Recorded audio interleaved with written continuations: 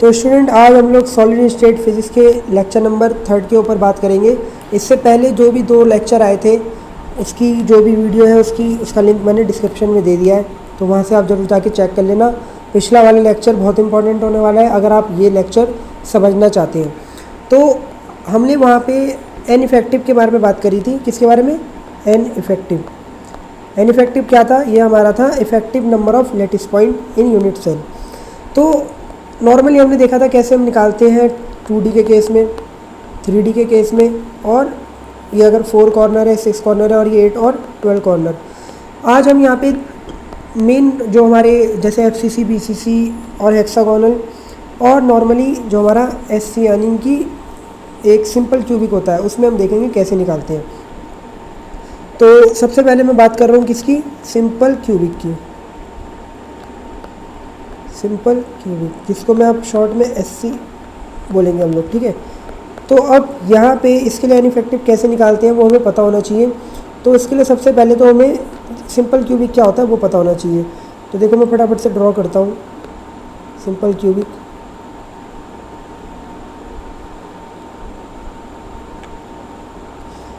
फटाफट से एक बार ड्रॉ कर लेते हैं।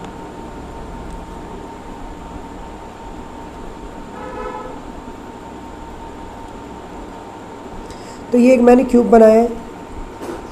अब सिंपल क्यूबिक में जो भी लैटिस पॉइंट होंगे हमारे, वो कहाँ होते हैं? सिर्फ और सिर्फ कॉर्नर पर होते हैं। 8 कॉर्नर है। अगर 3D की बात कर रहे हैं हम लोग तो कुछ ऐसे शो कर दिए मैंने ये चीज़। तो अगर अब इसके लिए आप एन इफेक्टिव निकाल रहे हो तो एन इफेक्टिव क्या होता है? नॉर्मली हम लोग 3D में जो बात करते हैं एन इफेक्टिव की, ठीक है, और ये हमारा 8 कॉर्नर वाला है, तो इसके लिए फॉर्मूला जो होता है वो होता है 1/8 NC प्लस 1/2 NF और 1 NI। ये होता है ना, नॉर्मली कल बताया था आपको। तो 1/8 ऐसे ही रहेगा, और यहाँ पे आपका जो भी ये NC होता है, कॉर्नर पे जितनी लैटिस पॉइंट है तो सारे ये कॉर्नर पे ही है, तो 8 हो जाएंगे ये, तो इंटू 8 प्लस ये सब 0, क्योंकि ना फेस पे है ना ही इनसाइड। तो इसके लिए एन इफेक्टिव कितना आएगा? 1। आई बात समझ में? An effective 1। 12th क्लासों में हम लोग इसको जेड से भी रिप्रेजेंट करते हैं, 12th में। तो एन इफेक्टिव है हमारा यहाँ पे 1। किसके लिए? सिंपल क्यूबिक के लिए। एक नॉर्मल फॉर्मूले से आप लोग इस तरीके से फाइंड कर सकते हैं। आई बात समझ में? अब सेकंड हम बढ़ते हैं अपना FCC का केस लेते हैं। तो FCC के केस में कैसे होगा, फटाफट से पहले हेडिंग डाल देते हैं FCC। तो FCC के लिए हम लोग क्या करेंगे, देखो मैं यही बना देता हूँ, दोबारा नहीं बना रहा। FCC में लैटिस पॉइंट एक तो कॉर्नर पे होंगे ही 8, और 6 के 6 फेसिस पे भी होते हैं। मतलब कुछ इस तरीके से, एक ये फेस पे होगा, फेस वालों को जरा अलग कलर से दिखा रहे हैं, एक इस पे होगा, एक यहाँ पे होगा, एक यहाँ पे, एक यहाँ पे, और एक आगे के फेस पे होगा और एक पीछे के फेस पे। तो यहाँ पे लैटिस पॉइंट जो हो गया हमारे टोटल वो कितने होते हैं? 14 होते हैं। अब एन इफेक्टिव कैसे निकालेंगे? फिर वही formula, N effective is equal to 1/8। इस बार हमारे कॉर्नर पे अभी कितने हैं? 8 है, तो 8 हो गया, प्लस 1/2 फेस पे इस बार कितनी है? तो ये सारे के सारे जो हमारे फेस पे ही होते हैं, ये सब जितने भी नॉर्मली मैंने ये 6 दिखाए, तो इंटू 6। इनसाइड अभी भी कोई नहीं है, तो जब इसको आप सॉल्व करोगे तो ये इससे कितनी बार जाएगा? 3 टाइम्स। तो 1 + 3 इज इक्वल टू 4। तो FCC के लिए जो एन इफेक्टिव आता है वो कितना आता है? 4 आता है।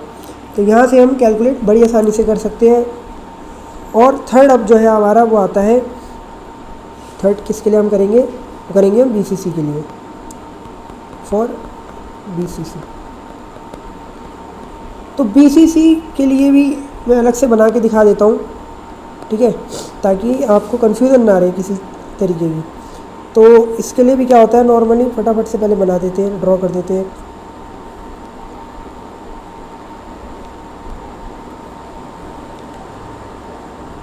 थोड़ा सा टेढ़ा बन रहा है लेकिन कोई बात नहीं, काम चल जाएगा। अब BCC में क्या होता है, 8 तो जो भी लैटिस पॉइंट होंगे 8 वो कॉर्नर पे होंगे, तो मैंने वो शो कर दिए। एक जो होता है वो कहाँ होता है? वो होता है एक बिल्कुल सेंटर पे, जो भी आपका यूनिट सेल है उसके सेंटर पे। तो ये BCC के लिए, ठीक है, याद रखना। तो कुछ इस टाइप से BCC के लिए एन इफेक्टिव फिर निकाल लेते हैं। क्या होगा N effective? N effective is equal to 1/8। Corner पे अभी भी 8 के 8 है, प्लस फेस पे इस बार कोई नहीं है तो 0, प्लस 1Ni। तो यहाँ पे कितना है हमारा इनसाइड द क्रिस्टल, ये इनसाइड क्रिस्टल के सेंटर पे होता है, तो ये एक ही है हमारा। तो जब इसको भी आप सॉल्व करोगे तो ये आ जाएगा 1, ये 0, तो 1 + 1 2। तो BCC के लिए जो आएगा वो आपका कुछ ये आएगा इनफेक्टिव। ठीक है, तो हमने तीनों के लिए देख लिया, सिंपल क्यूबिक के लिए, FCC के लिए और BCC के लिए। ठीक है, इसके बाद एक आता है हेक्सागोनल। तो हेक्सागोनल का डायग्राम अभी यहाँ पे मैं आपको बना के आगे दिखाऊंगा। ठीक है, हेक्सागोनल थोड़ा हार्ड होता है डायग्राम बनाना, लेकिन इसके लिए हम एन इफेक्टिव कैसे निकालते हैं वो मैं आपको पहले से ही बता देता हूँ। तो एन इफेक्टिव जो होता है वो हेक्सागोनल के लिए कुछ इस टाइप से निकलेगा।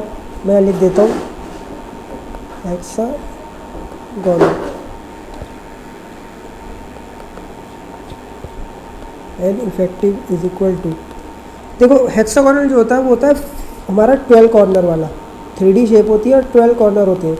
तो उसके लिए जो फॉर्मूला कल मैंने बताया था वो क्या था, 1/6, और कॉर्नर पे होते हैं 12 प्लस 1/2 × 2, यानी कि फेस पे 2 होंगे।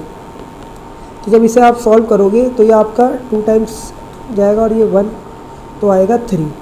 तो ये भी आपका नॉन क्या होगा, प्रीमिटिव यूनिट सेल।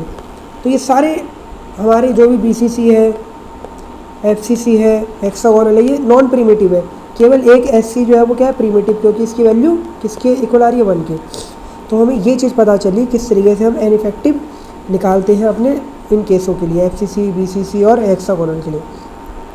अब हम आगे बढ़ते हैं, एक नए कंसेप्ट को सीखते हैं। तो यहाँ तक अगर आपको वीडियो अच्छी लग रही हो तो लाइक शेयर कर देना, क्योंकि पूरी सॉलिड स्टेट फिजिक्स जो है वो आपकी यहाँ कवर हो रही है, और धीरे धीरे करके बिल्कुल आप देखना एंड तक सब कुछ कवर हो जाएगा, प्रॉपर तैयारी एक आपकी देखने को मिलेगी।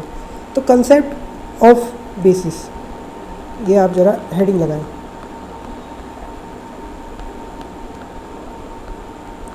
Concept of basis. अब ये बेसिस क्या चीज़ होती है, नॉर्मली अगर हम बात कर रहे हैं बेसिस, तो ये बेसिस क्या चीज़ होती है। तो उससे पहले आप ज़रा एक चीज़ समझो जो मैं लिख रहा हूँ यहाँ पे, space lattice plus basis is equal to crystal structure.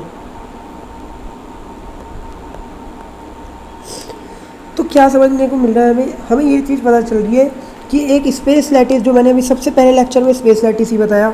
ठीक है, मैं ड्रॉ भी कर देता हूँ यहाँ पे स्पेस लैटिस, फटाफट से ड्रॉ कर देते हैं हम लोग।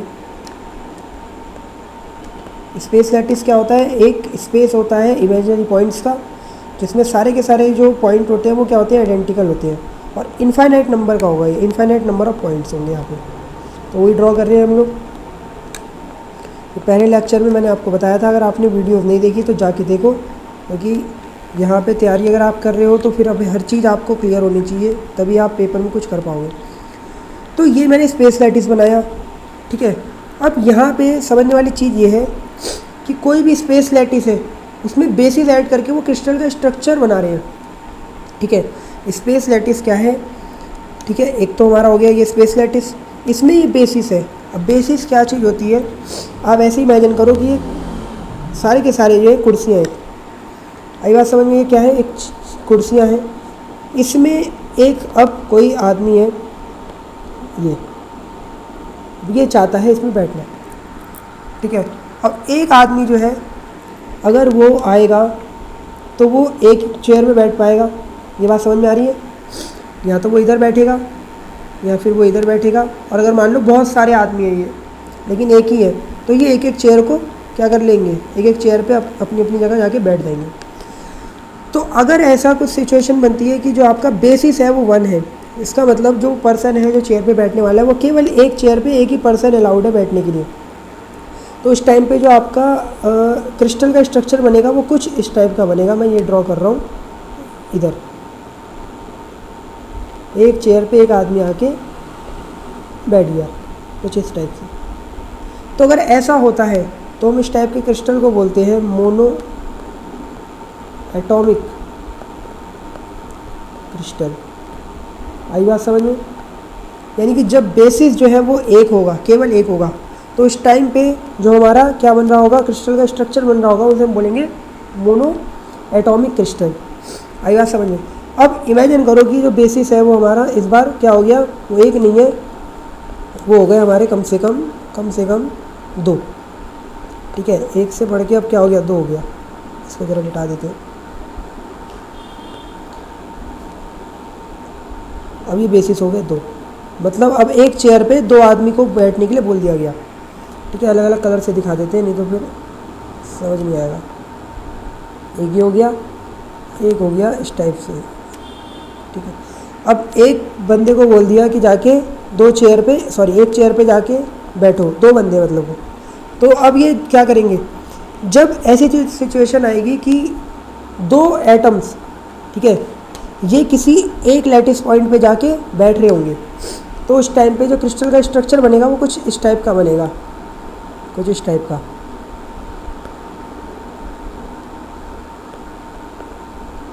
ठीक है, एक लैटिस पॉइंट पे 2 एटम जाके बैठ रहे हैं, कुछ इस टाइप का बनेगा। तो इसको हम लोग बोलते हैं डाया एटॉमिक क्रिस्टल। आई बात समझ में, क्या बोलते हैं, डाया एटॉमिक क्रिस्टल, और वो भी स्ट्रक्चर। ठीक है, ऐसे ही क्या होगा, 3 होंगे, ऐसे ही 4 होंगे, ऐसे ही बहुत सारे होंगे। तो असल में बेसिस जो है वो हमें क्या बता रही है, वो हमें क्रिस्टल का स्ट्रक्चर दे रहे हैं। ठीक है, बेसिस जो है वो एक तरीके से आप ये समझ लो नंबर ऑफ एटम है जो लेटिस पॉइंट पे आके क्या हो रहे हैं, जमा हो रहे हैं और पूरे के पूरे क्रिस्टल को बना रहे हैं। कुछ इस टाइप से जो मैंने ये पूरा का पूरा अब आपको शो हो रहा है। आएगा समझ में। तो अब यहाँ पे एक चीज़ और ज़रा देखो, जो मैं नेक्स्ट चीज़ बोल रहा हूँ, स्मॉल एन इफेक्टिव। देखो, एक तो कैपिटल एन इफेक्टिव था, अब है ये स्मॉल एन इफेक्टिव। तो ये क्या होता है, ये होता है इफेक्टिव